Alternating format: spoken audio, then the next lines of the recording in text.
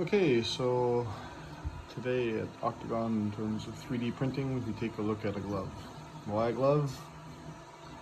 Well, there's actually no real reason for a glove other than it's a pure mechanical device, which I'll explain a little bit later on. So here we have the knuckle, the part that actually goes around the base of all of the fingers. This is inside the palm. I'll explain this a little bit more later. My motivations for starting this video is using support. So if you know anything about 3D printing, look at it online. YouTube is a big source for me. You're going to see that supports are kind of frowned upon. Very recently I started using this type of support called a tree support, which you can see on the outside. It looks like there's a tree structure growing around the 3D printed part, and to do all the supports, which I thought was pretty cool. So I basically decided to use that as the main reason to create the video, and also to kind of explain the glove. So to get into the glove, the short answer in terms of why I've started with a glove is that it is a pure mechanical device. If we look at what we're trying to do with Octagon, we're going to need a lot more than just devices. We're going to need electric devices and also some electronics. And to learn 3D printing, I thought it would be best just to start with a pure mechanical device. I basically started with this, and from this I've already picked up a few things, namely a spring and a few other mechanisms that I was able to use for the valve, which I've done another video on very shortly, because the development of that is ongoing at the same time. So to make this video about the hand is all about various mechanisms, and if I basically introduce this, we can see quite simply that we have a finger. And if you look at YouTube and you try to do anything with 3D printing, you're going to see that everybody's trying to be Iron Man. I have no desires to be Iron Man. But if we look at what we're talking about here is a finger, it has a number of different mechanisms, which I'm going to basically talk about, because these are going to be used all over again in terms of Octagon. But when I looked at all the Iron Man suits, it struck me very interesting that the gloves were very, very poor. So after kind of watching a few YouTube videos, one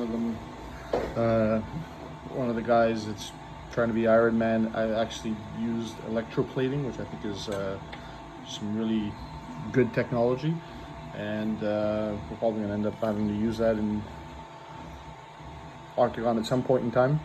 But basically the electroplating was quite useful, but all the hands, going back to the hands, were open. So, you know, if we basically generate this hand, and I got a few pictures of earlier attempts, you're going to see that as you open up the joints, you know, you're going to see the skin, and I'm going to show that. So the idea was to actually create something that's completely enclosed, and you can see on the inside here, you should see the skin in this little area over here, in this area over here, but you can see using this curtain, which is a print in place hinge, I'm actually closing up all of the areas. So if I poke this out, this would be another area that would be open to flesh, and if I basically put my little curtain down, we're going to see that it's actually sealed. So if I put this on, right, what we have now is we have a finger, okay, and then we have enough, the bulge, you know, in the palm of the hand is there to allow the, you know, the grouping of the skin that happens, so I've got no pinching experience. And also very important with this specific finger is I can actually close the first joint 90 degrees, the second joint 90 degrees, and the third joint I can actually go 45 degrees, which kind of mimics a finger. So in here I've obviously got some hinging mechanisms, but also very important are these curtains. And as you kind of come through, the curtain actually draws up into the finger, and I'm going to basically take it apart and show you how it's put together in a second. But you can see the curtain actually pushes up inside the finger. So I've got a spare part over here, which is a failed print, and basically you can see that there's a little slot there for the curtain to kind of go up into. So the idea is to kind of show some assembly, but before I do that, I'm going to basically introduce the thumb. So if we look over here, I actually have 2 generations of thumbs that are a little bit more, I'm going to call them large in their scale. The first version was this guy over here, and the second version is this guy over here. Like most everything, we're going to need a multitude of different versions. So I'm going to get that into as a last piece. But for the first part, I'm just going to go through with the finger. So before that, we can see on the top here, I've got a bunch of little edges and these little things on top. And I'm going to describe the mechanism that I've got going. So if we look at over here, in order to basically close the gap, so over here we'll have skin exposed, right? So here we have a little hinge, which is another print in place hinge that just naturally slides over top. So again, this is just a fingertip. When I close the finger, right, the curtain slides up, and over top here I do not see any skin, right? So I will see some skin right through there, which I can put a curtain over top. But the idea is not to make it watertight. The idea is just to make it, I'm going to say, poke tight. So if you were to use this, I don't know, as some form of an exoskeleton, then basically we're good. So again, here, what do I see? I see skin on the knuckle. Okay, so, and then I see skin over on this knuckle, and I see skin over here. And the idea is to close it up using a cascading series of these moving joints over here. So if I turn around now and this provides a fair amount of protection, and I really have to kind of get my screwdriver in here to, to poke the skin. So that's kind of the idea. Again, this would be the first Octagon wearable, but as a wearable, it actually serves absolutely no purpose other than kind of being a cool thing. So this being said, it's a nice lesson in a number of different tolerances, and obviously it did a bunch of different moving parts, which for Octagon plants may or may not be required. Already I'm going to use this print-in-place hinge for larger scale devices. So, just to talk about that, I started off with this guy, and it's circular. Which I'm going to continue for the glove with this circular design. So this is actually a ball on either side. But if we look at this print in place curtain, I call it, in here, there's no round part, it's actually square. And I've actually done a few versions of this. I started off with this, I believe, is 1.8 mils. I started off with something that was, 2.8 mils. This I started off with something that's 2 millimeters. And I played with some spacing, which is too wide so you can see through it. So I tightened it up again. But this is too weak. So if you look at the actual structural integrity of this, it's not very high. And because of the thinness, the PLA plastic actually becomes brittle. So this kind of gives us some idea on our materials. So then after I did that curtain, I did a small one. I basically did a first prototype of this guy over here, and you can see it's a lot more robust, and if the plastic dries or takes on moisture, you can still break it like I just did. That's the end piece, which is too thin, but you can see in between is a bit thicker, and we get some pretty good enough strength for, I guess, the poke resistance. So if I was to wear this glove, wear it out, maybe it would actually resist, or maybe it would be too frail. But I think if you're just looking for some physical isolation, it's good enough. It's way better than this. You could see the whole thing just started falling apart. I'm going to get into the joints in a second, but I really had a hard time with this second joint for a multitude of different reasons. The idea is not to go through the failures, it's just to go through to the successes. But this would be an earlier prototype, to the first and second joint from before, and I'm actually using this print in place curtain, putting it back in to kind of hold this thing together. When I'm adjusting the grip,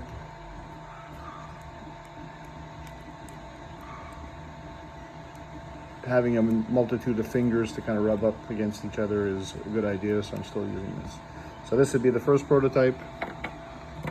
The second prototype, where I put in the knuckle, is there. I made a mistake. When I printed the full finger, you know, like this top knuckle doesn't fit on here for a multitude of different reasons. And I'm going to abandon the top knuckle for the next little while, because effectively what we have in 3D printer over here is a multitude of these guys over here.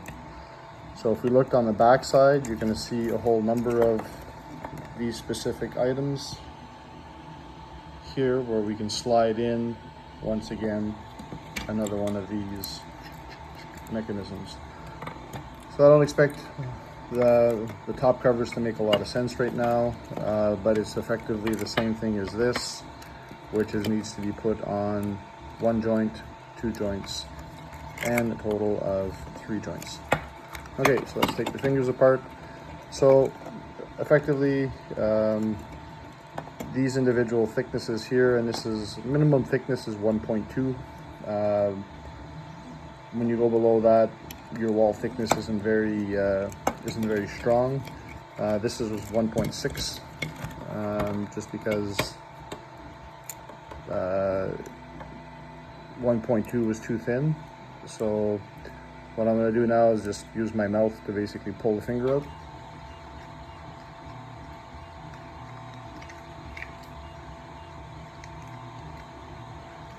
Okay, so I just popped it out a little bit here, and you can see I have 2 things over here. I have this one sliding in and that one in. So with this assembly now, I have this knuckle coming out, and then I'm going to do the same for the bottom one.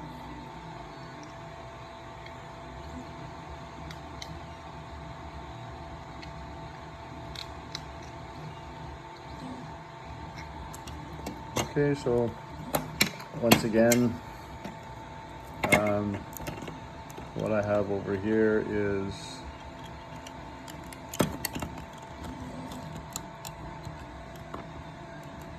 this slides inside here, okay, and I just pull that out.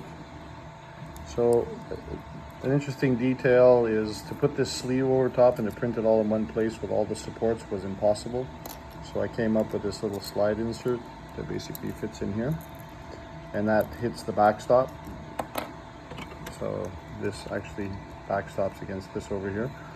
Obviously this is 1 layer thickness, so as you print it this way, it's actually 0.2. I'm going to change the design to that, so we'll just put that aside. So kind of really important here is this in the actual files, I call this over here joint 0. So I'm talking the membrane or the members, like the metatarsals, your bones, not necessarily the joints. So this would be, you know, joint 1, joint 2, joint 1, joint 2, and joint 3. So, and this is 0, 1, 2, and 3. So if you name the joints, this is joint 1, this is joint 2, this is joint 3. That's the naming convention. Obviously when you put a ring on your finger, it comes over here. But if you were to try to fit the glove, effectively what you'd want to do is determine, you know, what your ring sizes are on what I call joint 1 and joint 2 on every single one of the fingers. Now, I don't suggest that people do the glove necessarily, because this is just an enabler for the base 3D printing technologies required for Octagon. But if you were, you know, that would be one of the first measurements. But the idea is that it pinches like a ring, and obviously your knuckles are a little bit fatter, so you try to create, again, some space for the skin to crumple. So I talked about the skin crumpling over here and giving space for that. Around the knuckles, it's kind of important to do the same. And if I go back to my little insert over here, you're going to see that there's a difference in diameter. Okay, and that's leaving some room for the skin to crumple as you come up. Go to your prototypes, it was just coming back and slapping back and pinching the skin, which is not nice. So the next step that's kind of important in all this is the distances. So the center of these things need to line up with the center of your joints. And believe it or not, this one here is actually too long. I don't know if you could tell, but I had to start somewhere. I had to get the mechanisms right. Basically, this needs to decrease by 2 mils. And if we move to the next joint, which is this guy over here, this one actually needs to decrease in size by 4 mils to fit my finger. So once again, this is a custom item. It only will fit me. You know, I want to try to get to something where I can finish it up and put it on a shelf, because I'm considering what I need to learn from this more or less done. So again, disassembly, pull the curtain out, okay, and then from there we'll just pull that apart.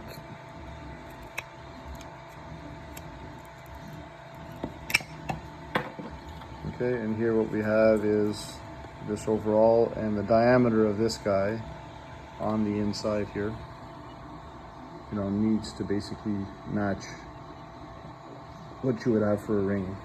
So for me, this one here, again, this is actually too long. I don't know if you could tell, but just from the way it fits, it's definitely too long because I can't close this 90 degrees. I have too much of a gap there.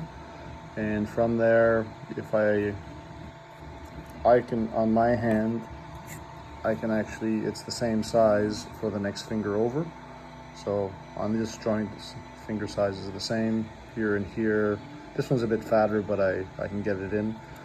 So the important part is it's got to fit over the knuckle. And for me, the outer dimension is 30 mils, 30 mils, 28, 26, and then wall thickness is 4 on either side. So this is actually 22 mils, and I got to get it over my knuckle to get it on.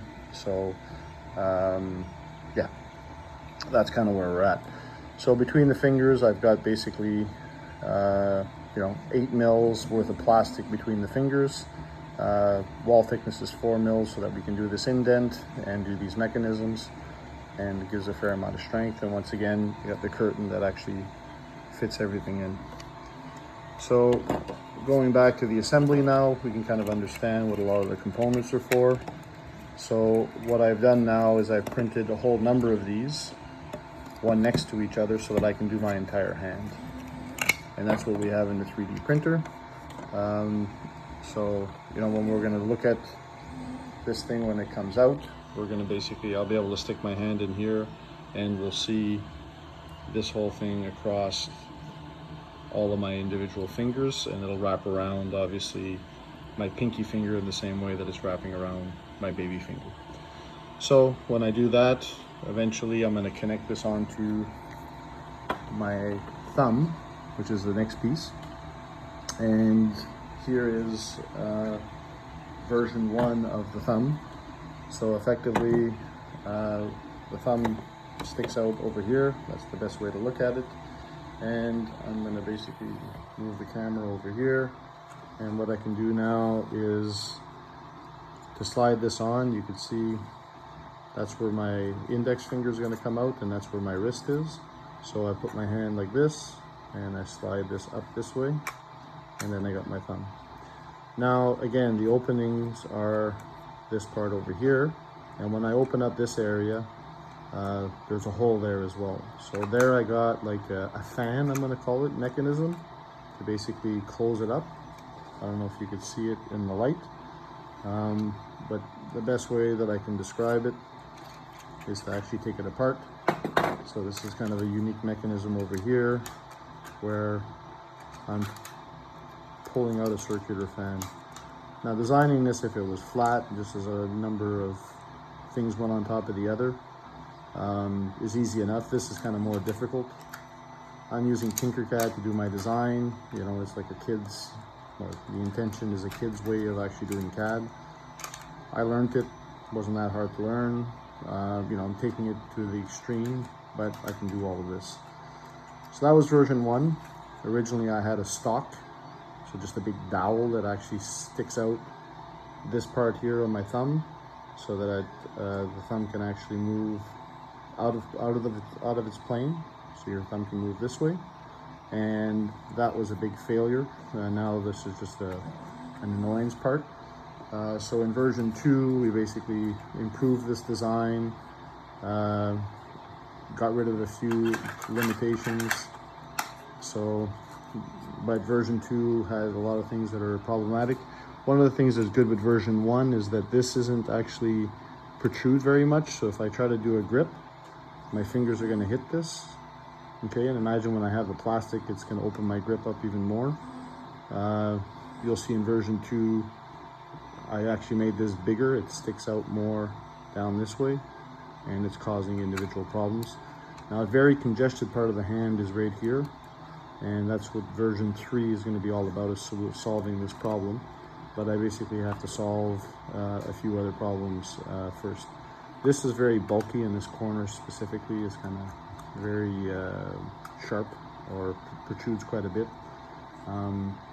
But again, I'm designing this to master mechanisms, not necessarily to have a glove. So moving on to version 2, I really like this outer finish here. If we look at this over here, the square stock, I find it very Batman-ish. I had to move to a round thing because one of the first angles I got wrong is the first angle here was 45 degrees, and it turns out that your thumb is actually more than that. So I'm going to basically stick my thumb in the same way. I lowered this all down so that I can get a better grip. This opening is a lot lower. I had the curtain, so the original curtain that I showed you was this guy over here, but I inverted the slot design. So here the hole is there, and then the rail, the bulge is on the thumb. I'm going to pull it apart later on and show, and that was a bad idea because now the curtain has to slide in a captive rail, and getting it in there is a real pain in the backside. Where the other one on the finger just kind of like overlays, getting it in there is really, really difficult. So a couple of other things. This thumb here is print in place. So here we can see, if I can get the light in there. Here you can see the rail sticks out, okay? And here you can see the rail is on the actual lower limb, so that sticks in. So I'm going to invert that in the next one. Let's see if I can get this guy apart. Actually, I need to use the spatula.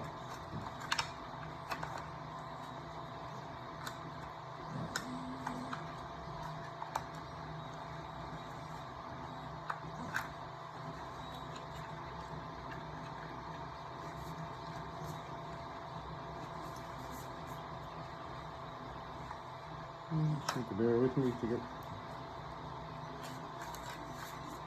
the thumb apart so we can understand what the mechanism is.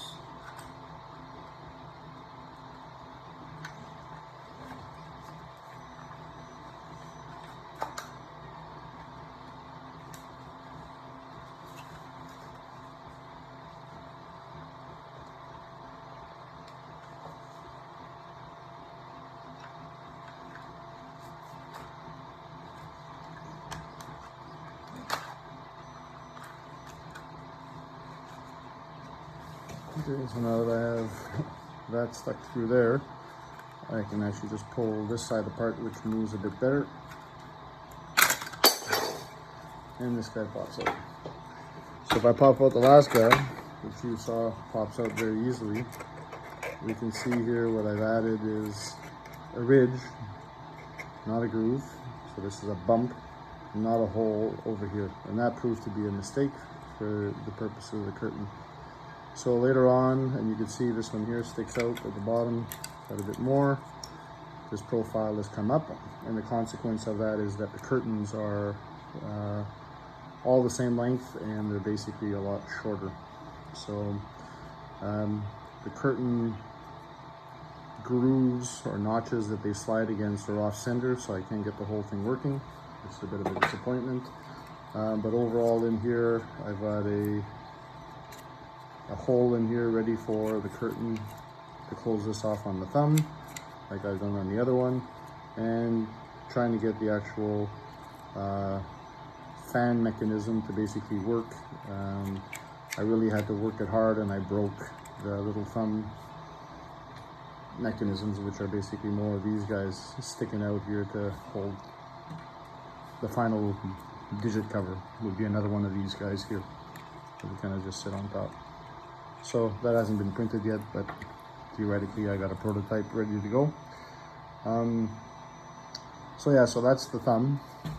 This is the curtain that was there, and I just popped it off because it makes taking things on and off too difficult. So the last thing we'll cover on this video for the thumb is that in here I have the same fan mechanism. Okay, and for whatever reason, for the first time ever, my plastic is crystallized, and these rails are really, really rough. So I'm not, I printed the thumb and these fans and everything in one shot the first time around on version 1. This is version 2. I printed the thumb holder, I'm going to call it, and the actual thumb piece in 2 runs, but I still did a print in place here, which is a mistake. Now that I can see that this sticks out a little bit, let me get the angle right. So you can see that that sticks out a bit. I can actually grab this last piece here and pull it out.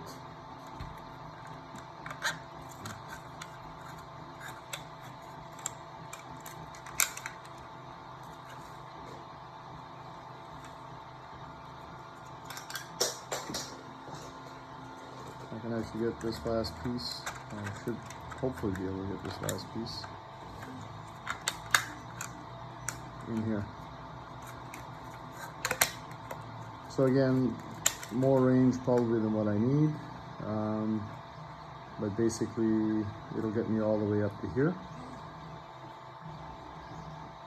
Okay, so, and you know, once again I'm gonna have a hole there, but I think, you know, getting this mechanism, I don't know, with all the chemistry machines, we're gonna have to open and close some things, you know, but we've already got some capability for some fairly sophisticated things. So again, this latching mechanism, I'm gonna take this guy out because it doesn't work on this design. So effectively, you know, this thing here scoops the first one. It's really, really hard to get in, especially with the curtain. But on the next version, I'm gonna get this guy in here.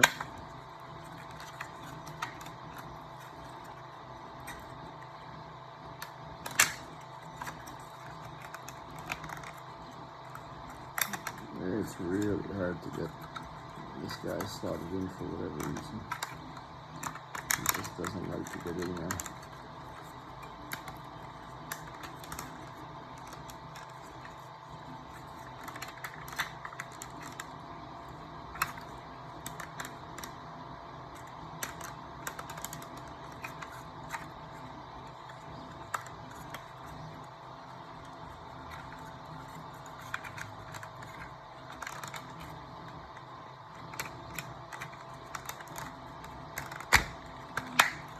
There we go.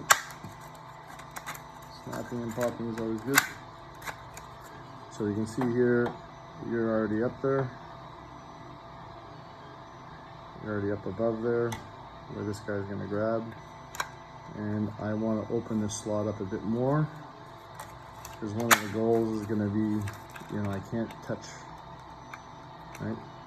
I need to be able to turn this down more so I can actually 1, 2, 3, 4. So the idea is just to get a grip. So with this guy over here, I'm going to put my finger back together. So again, pop this guy back in here, push the curtain in.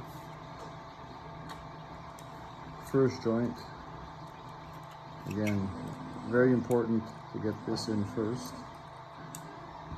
because when it snaps it in, it holds it in place. Oops, this is the wrong one. apart. Get this guy over here. So again, here, just stick you in there. Come on.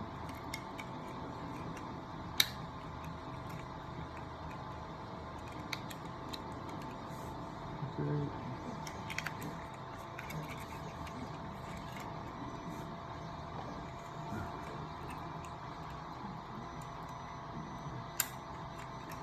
Okay, so I have a working finger. This is as close to a working hand, so if I put the two together, I've already done some cutouts to try to get as close as I can. So one of the problems is this gap is too big, so this has got to get jammed inside here, and this is where all the congestion comes in. But very important here is that this rolls back in. That's naturally how it occurs. And if I put this together, right, I put some cutouts there so that it fits as closely as it can. You're going to see that that actually slides in underneath inside here. So I got to get this merger right, which is the most complicated part of the glove. Now, one of the reasons that I'm printing the part that I started off the video with is that I need to know where the hand goes. When we add up all the plastic across the way, the hand from here to here is too thick, and then I got to decide what's going on in this dimension as well as this dimension. So hopefully I can fix off center, because you know I can't, there's limits to my finger in terms of how this can go. And then I make that decision, and then after that I can sort out this overall thing. So to end off the video, we're going to kind of start off with where we came in. And if we look at this overall motion over here, and I pick up these pieces here that are round, if we look at it from the top here, we're going to see that this is what's going to, I'll wait for the carriage to come back, but that's going to wrap around that little teardrop shaped piece that's going to come in. I'll try not to hit my print, because that would be a very big failure. Basically this has been printing for, well, over a day now. So, and we've got 95% left to go after 21 hours, so there we go. So yeah, so that's what we've got over here. Hopefully with another little walk around, following the tree view support, we can kind of start making sense of the back knuckles, or the back part of the hand, or what's going to be the top of the hand.